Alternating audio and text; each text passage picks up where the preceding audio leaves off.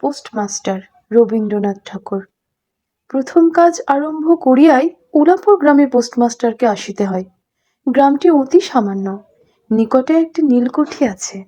তাই কুঠির সাহেব অনেক জোগাড় করিয়া এই নূতন পোস্ট অফিস স্থাপন করিয়াছে। আমাদের পোস্টমাস্টার কলিকাতার ছেলে।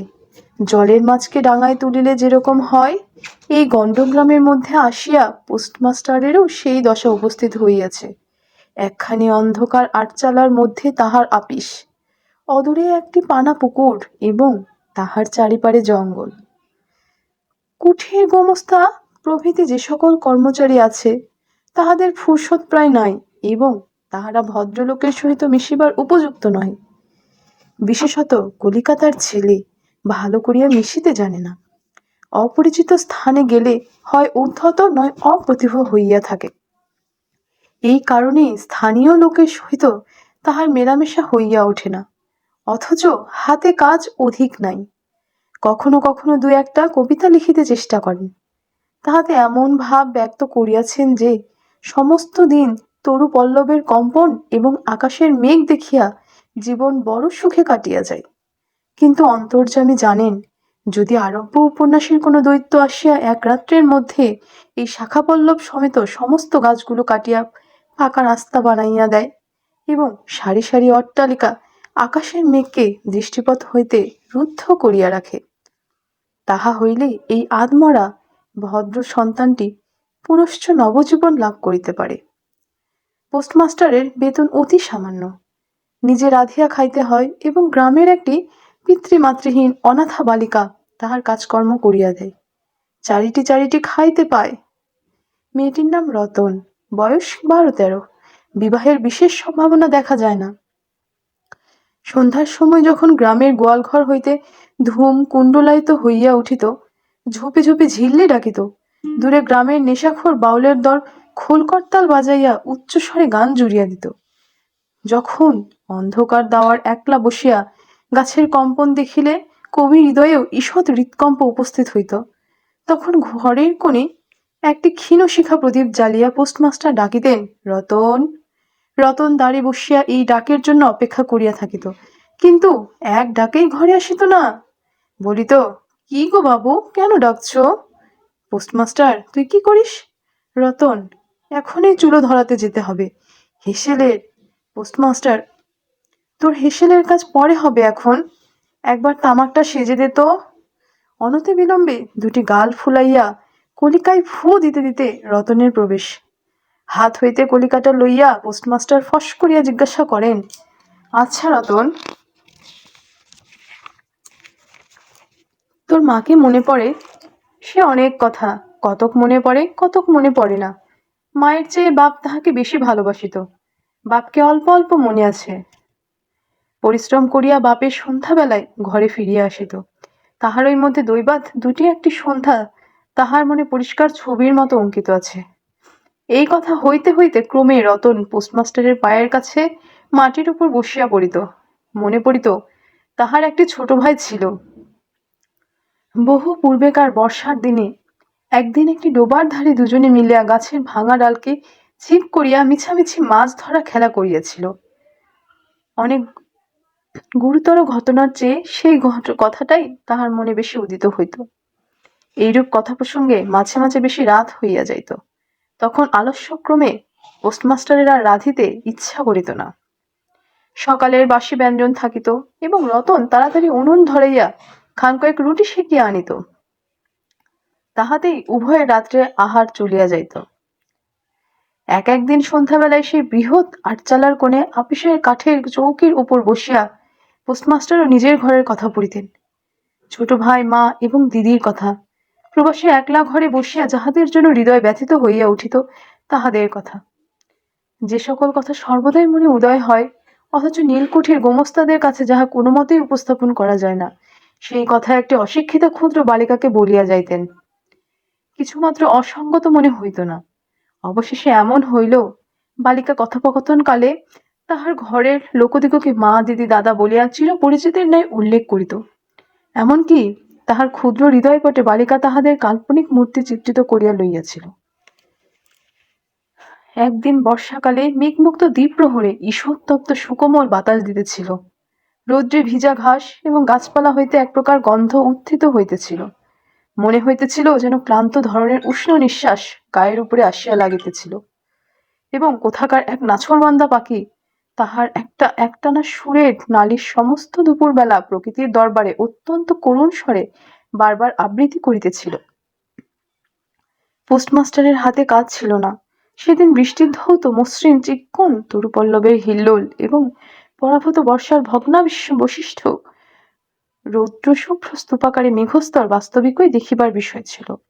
পোস্টমাস্টার তাহা দেখিতেছিলেন এবং ভাবিতেছিলেন, এই সময় কাছে একটি কেহ নিতান্ত আপনার লোক থাকিত, হৃদয়ের সহিত একান্ত সংলগ্ন একটি স্নেহপুত্তলী মানব মূর্তি। ক্রমে মনে হইতে লাগিল, সেই পাখি ওই কথাই বারবার বলিতেছে, এবং এই জলহীন তরুচ্ছায়া নিমগ্ন মধ্যাহ্নের পল্লব মর্মরের অর্থাৎ কতকটাও ঐরূপ।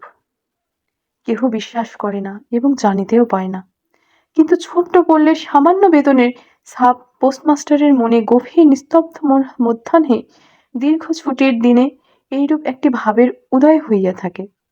পোস্টমাস্টার একটা দীর্ঘ নিঃশ্বাস ফেলিয়া ডাকিলেন, রতন। রতন তখন পেয়ারা তলায় পা ছাড়াইয়া দিয়া কাঁচা পেয়ারা খাইতেছিল। প্রভুর কণ্ঠস্বর শুনিয়া অবিলম্বে ছুটিয়া আসিল। হাঁপাইতে হাঁপাইতে বলিল, দাদাবাবু ডাকছ? পোস্টমাস্টার বলিলেন,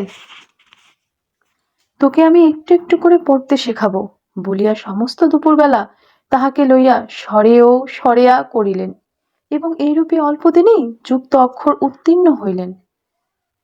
শ্রাবণ মাসের বর্ষণের আর অন্ত নেই। খাল বিল নালা জলে ভরিয়া উঠিল। অহর্নিশি ভেকের ডাক এবং বৃষ্টির শব্দ। গ্রামের রাস্তায় চলাচল প্রায় এক প্রকার বন্ধ। নৌকা করিয়া হাটে যাইতে হয়। একদিন প্রাতঃকাল হইতে খুব বাদলা করিয়াছে।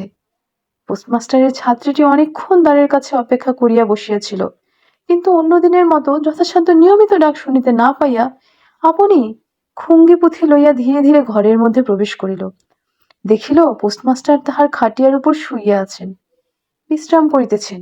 মনে করিয়া অতি নিঃশব্দে পুনশ্চ ঘর হইতে বাহির হইতে যাইবার উপক্রম করিল। সহসা শুনিল, রতন।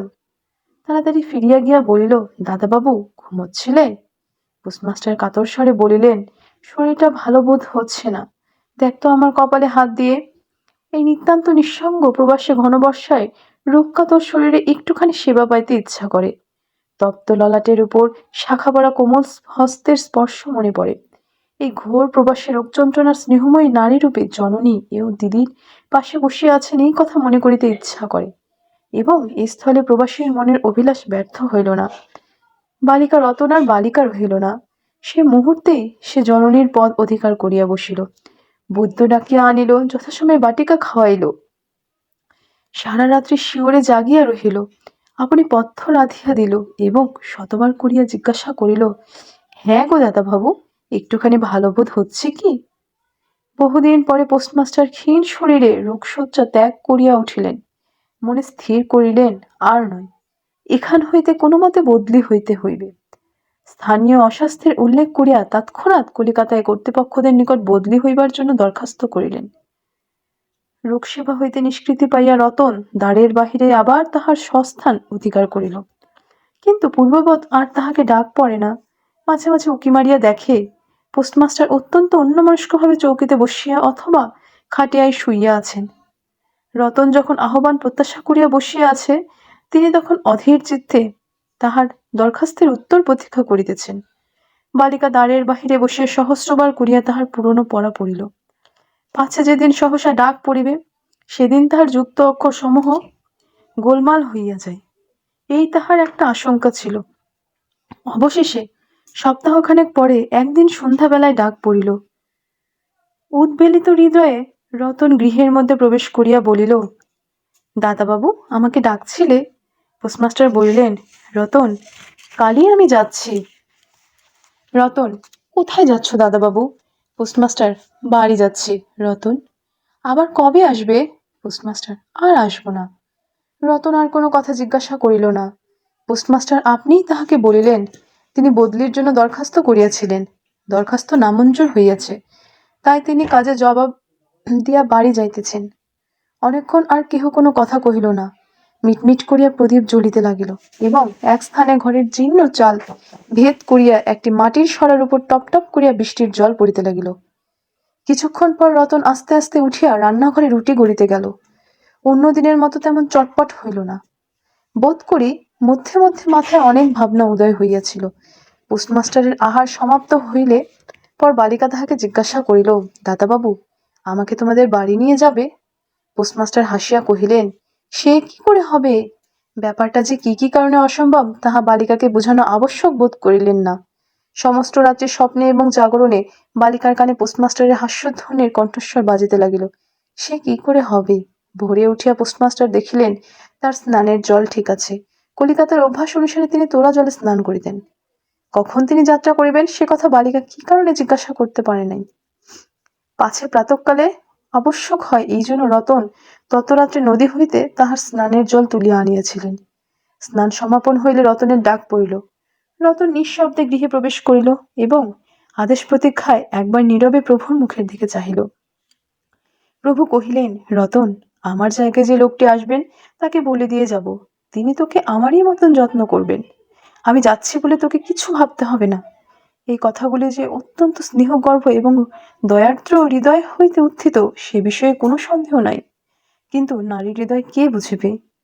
রতন অনেকদিন প্রভুর অনেক তিরস্কার নীরবে সহ্য করিয়াছে, কিন্তু এই নরম কথা সহিতে পারিল না। একেবারে উচ্ছ্বসিত হৃদয়ে কাঁদিয়া উঠিয়া কহিল, না না, তোমার কাউকে কিছু বলতে হবে না, আমি থাকতে চাইনি। পোস্টমাস্টার রতনের এরূপ ব্যবহার কখনো দেখেন নাই, তাই অবাক হইয়া রহিলেন। নূতন পোস্টমাস্টার আসিল, তাহাকে সমস্ত চার্জ বুঝাইয়া দিয়া পুরাতন পোস্টমাস্টার গমনোন্মুখ হইলেন। যাইবার সময় রতনকে ডাকিয়া বলিলেন, রতন, তোকে আমি কখনো কিছু দিতে পারিনি, আর যাবার সময় তোকে কিছু দিয়ে গেলুম, এতে তোর কয়েকদিন চলবে।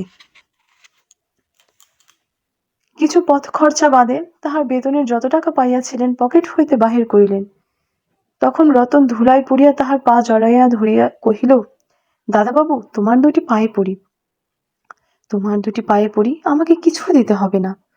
তোমার দুটি পায়ে পড়ি, আমার জন্য কাউকে কিছু ভাবতে হবে না, বলিয়া এক দৌড়ে সেখান থেকে পালাইয়া গেল। ভূতপূর্ব পোস্টমাস্টার নিঃশ্বাস ফেলিয়া হাতে কার্পেটের ব্যাগ ঝুলাইয়া কাঁধে ছাতা লইয়া মুটের মাথায় নীল ও শ্বেত রেখার চিত্রিত টিনের পৈট্রা তুলিয়া ধীরে ধীরে নৌকাভিমুখে চলিলেন। যখন নৌকায় উঠিলেন এবং নৌকা ছাড়িয়া দিল, বর্ষা বিস্ফোরিত নদীর ধরণীর উচ্ছ্বলিত অশ্রুরাশির মতো চারিদিকে ছলছল করিতে লাগিল। তখন হৃদয়ের মধ্যে অত্যন্ত একটা বেদনা অনুভব করিতে লাগিলেন। একটি সামান্য গ্রাম্য বালিকার করুণ মুখচ্ছবি যেন এক বিশ্বব্যাপী বৃহৎ অব্যক্ত মর্মব্যথা প্রকাশ করিতে লাগিল। একবার নিতান্ত ইচ্ছা হইল ফিরিয়া যাই, জগতের ক্রোড় বিচ্যুত সেই অনাথিনীকে সঙ্গে করিয়া লইয়া আসি। কিন্তু তখন পালে বাতাস পাইয়াছে, বর্ষার স্রোত খরতর বেগে বহিতেছে, গ্রাম অতিক্রম করিয়া নদীকূলের শ্মশান দেখা দিয়াছে এবং নদী প্রবাহে ভাসমান পথিকের উদাস হৃদয়ে এই তত্ত্বের উদয় হইল। জীবনে এমন কত বিচ্ছেদ, কত মৃত্যু আছে, ফিরিয়া ফল কি? পৃথিবীতে কে কাহার? কিন্তু রতনের মনে কোনো তত্ত্বের উদয় হইল না। সে সেই পোস্ট অফিস গৃহের চারিদিকে কেবল অশ্রুজলে ভাসিয়া ঘুরিয়া ঘুরিয়া বেড়াইতেছিল। বোধ করি তাহার মনে ক্ষীণ আশা জাগিতেছিল, দাদাবাবু যদি ফিরিয়া আসে। সেই বন্ধনে পড়িয়া কিছুতেই দূরে যাইতে পারিতেছিল না। হায় বুদ্ধিহীন মানব হৃদয়! ভ্রান্তি কিছুতেই ঘুচে না। যুক্তিশাস্ত্রের বিধান বহু বিলম্বে মাথায় প্রবেশ করে। প্রবল প্রমাণকেও অবিশ্বাস করিয়া মিথ্যা আশাকে দুই পাশে বাঁধিয়া বুকের ভেতরে প্রাণপণে জড়াইয়া ধরা যায়। অবশেষে একদিন সমস্ত নারী কাটিয়া হৃদয়ের রক্ত শুষিয়া সে পলায়ন করে। তখন চেতনা হয় এবং দ্বিতীয় ভ্রান্তি পাশে পরিবার জন্য চিত্ত ব্যাকুল হইয়া ওঠে। ধন্যবাদ।